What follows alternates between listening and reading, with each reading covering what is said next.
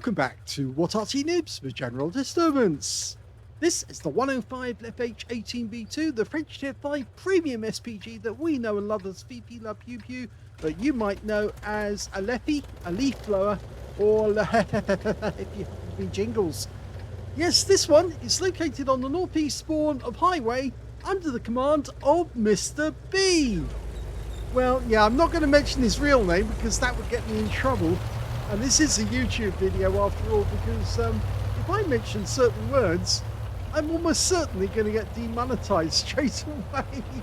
And so, yes, don't think I can use that word, but he did say it was okay for me to call him Mr. B.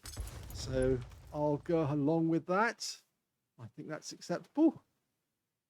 Now, it's a 105mm light field howitzer, which is actually quite versatile because the shells are much smaller than the 15cm variety, and that means that they can load fairly quickly. And in fact, on the PP, they can load very quickly indeed.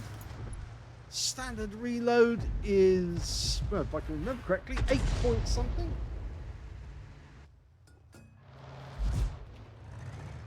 Finds crib notes, looks it up, 8.92 seconds.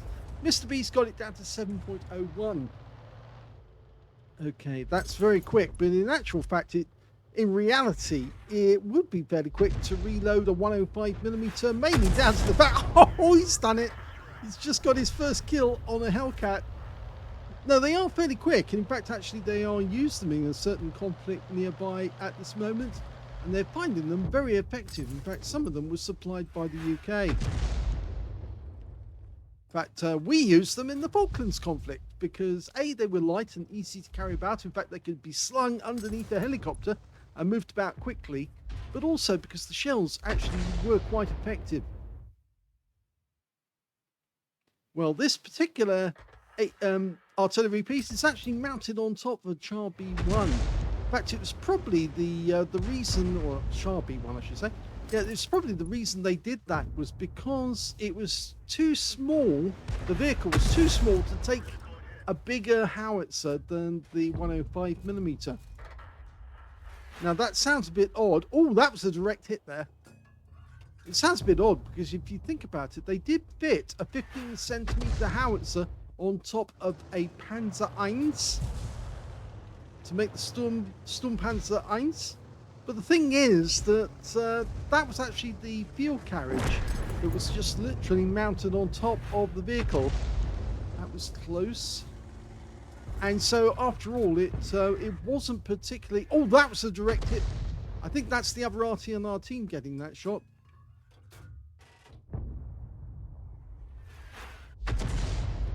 It's not particularly difficult actually to put an Arty piece in if you're looking at the entire field piece with the guns and the mount and everything, to put that on top of the vehicle and then just try and weld it in place. But what was difficult actually was actually them making the Arty be a effective weapon of war. And in fact actually the real VP was not an effective weapon of war because they only made 16 of them. They could have made a lot more, but in fact actually more Char B1s were actually turned into flame-throwing tanks than they were turned into artillery. Anyway, the game's going fairly well. They're 3 up on the enemy at the moment. Okay, he's having a bit of difficulty with that Ram 2 at the moment. The Ram 2, which is a an M4 design actually put together by the Canadians. Canadians made a lot of tanks, but most of them never actually made their way out of Canada, which is kind of weird because, of course, the Canadians weren't expecting to get invaded anytime soon. Oh, that was a direct hit. He got the Ram there. Okay, he's lining up another shot. No. Yeah, destroyed the car that was parked there, but not the Ram 2, who's now down to just, well, a fraction of his hit points. And he took out the water tower. Okay, we've lost... Oh, no, there's the Ram 2 again. Ram's out. That's a bit better, that one. It was a good hit. 113, The Achilles is a one-shot if he gets that one on target. Spending a lot of shells on this ram too. Rounds out. And he got him this time. He finally got that kill. So that's 2 kills now. The Hellcat and the Ram 2. Now, not going well in the city because, of course, the enemy has killed all of our tanks that went south. And, yes, it's looking as if we might have to relocate. Yeah, I think he's already decided.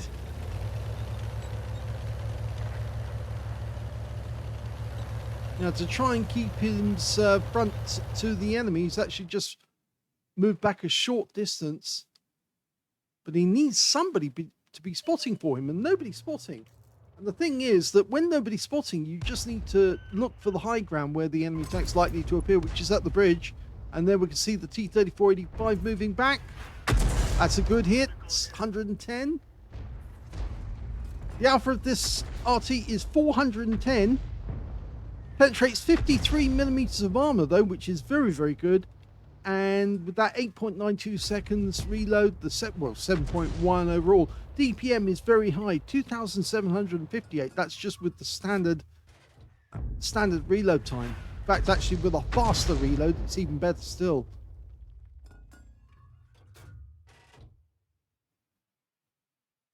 Okay, no sight of the enemy again. And we're even on scores now, so it's not so good. And we're less on hit points, but only just. Let's see if he can take out this T-3485. Rounds out. Good hit. 85 hit points, but we just lost the gorilla. He got spotted. He was taken out by the enemy Arty, actually. The bishop on the enemy team took out our gorilla. Now, he did go down into the low ground between in the middle of the map. And now the VK3601H has decided to come around. Well, I think we can see where the other Arty is, the enemy gorilla. He's actually just north of the road, or just south of the road, I should say. It is down in the south. That's a lovely shot. 3 kills now for Mr. B. Come on, do this T-3485. Let it settle. Oh, he didn't fire. Now he has. No joy. And the AEC, the wheelie, the new British wheelie, has decided to try and tempt us. Coming in. Red line. Now. Oh, perfect. Lovely shot. 311. That must have gone straight through his armor. I think, unlike the French ones, which seem to be made of, well, the strongest metal you can think. These shells seem to go straight through the British wheelies. And he's got another kill now. T-3485 has now bit the dust. He's up to 5 kills. There's only 3 enemies remaining. 2 of those are Arty. One of them's a Churchill 3. You can see the traces coming from the enemy Arty. Now they are getting very close. But they don't show themselves because they know full well if they do, they're likely to be taken out. There's the Churchill 3. Now he's going to be very reluctant as well. In fact, he's low on hit points. He's a one-shot. And he's gone. And that means now there's only 2 Artys left on the enemy team. They've given up all their advantage of hit points and numbers. And now they are losing this game. And there's the bishop. Now line the shot up. You can do it. Line the shot up. Where he's going. That's it. Good. Do it once more. The T-34 is going in for the kill. We want the kill. And he gets it. That's a Top Gun. That means there's only 1 enemy left. It's the gorilla. He's just south of this road. Behind the trees, I think. But we just need our teammates to show us where he is, because we're not going to be moving down there very quickly. It's only 28 kilometers an hour maximum speed on the Shure B1. So, yeah. Not quick, this Arty, but it gets there in the end. Made from a heavy tank. It's very robust, you could say. And this is a tier 6 game with tier 5 tanks in it. I think it's tier 4s. No, just tier 5s. And we just want sight of that gorilla. Where are you? Well, the T-34's gone the other side of the road, but he's right down near the river. And he doesn't know that the guerrillas actually moved towards the town. And Mr. B could indicate on the mini-map where he thinks the guy is. It seems to me the guerrilla might have actually gone into the town, and he might be coming through the streets towards the cap. After he saw the bishop go down, he must have thought, oh dear, I'm going to have to run and hide. Well, our teammates are going towards the cap area, and I suspect they might actually try to start capping, which would be a mistake, because of course you get a bonus for killing all the enemy vehicles. And they have started capping. Yes, I know you get the win if you cap, you're guaranteeing it, but the fact of the matter is we do want that last kill to get the bonus. Okay, we've moved up. Where did the guerrilla go? I think he's in the trees. I think he might be in those trees, or he's in the town. Much more likely to be amongst the trees. Though that be said, the T-34 should have spotted him. Got 2 in the cap now. They're very keen to get the win. Giro's just about to enter the town. The one good thing about this Arty is that it does have long view range, 390 meters. So where did that guerrilla go? And they've reset, and there's the guerrilla. He's been found. He was on the outskirts of the town, and he's facing off against the Giro, and he shotguns him. Oh, fantastic shot by Mr. B. Finishes off the guerrilla and wins the game for his team. Well, it's always fun featuring a game with the Fifi La Pew Pew, the leFH, the leaf blower, or leFH18B2, whichever way you want to call it. It's a great little Arty. It's so much fun to play. A first-class tanker for Mr. B in the Fifi. He managed to get a counter-battery fire medal for taking out both enemy Artys. First he took out the bishop, then he took out the guerrilla to win the game. He also got a bruise medal for getting at least 5 critical hits. In fact, he got 14. He got a Top Gun for getting at least 6 kills. In fact, he got 7. He was 1 short of getting a Radley Walters in this game, but there wasn't enough enemy left to kill at the end of it, so sadly he didn't get one. But his win rate from the game was 5,612, which is Super Unicum standard. Let's have a look at team score. Well, he didn't get the highest damage in the game because that, funnily enough, went to a Dicamax who got a high caliber for 2,126. I know a lot of people make this little tank the butt of so many jokes because its name is Dicker Max. But the fact of the matter is, it is actually quite a powerful tank destroyer used the right way. In second place, we have Mr. B in the leFH. He's got 1,887. Third place went to the bishop on the enemy team, 1,697. Now, he dared to get very, very close to our guys. And I think he was using his short-range Arty to do some serious damage on our guys. So well done to him. And when it came to kills, it's Mr. B again. 7 kills to him. 3 kills went to the bishop on the enemy team. 2 kills went to the Dicamax, the Cromwell, and on the enemy team, their T-3485M and their AEC.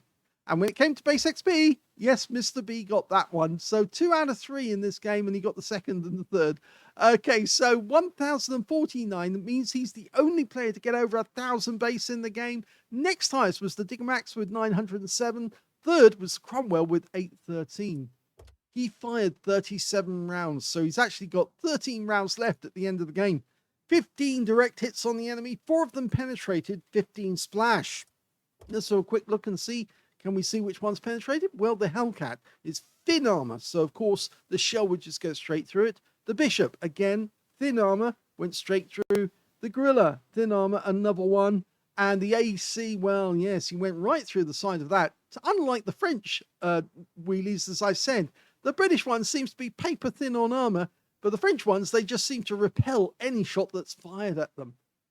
He also got 1,887 hit points, of which 1,576 were at more than 300 meters. So you can see there was a fair amount of damage done at close range. In fact, that was the AEC, who was within 300 meters. 8 enemy vehicles were damaged, 7 were killed.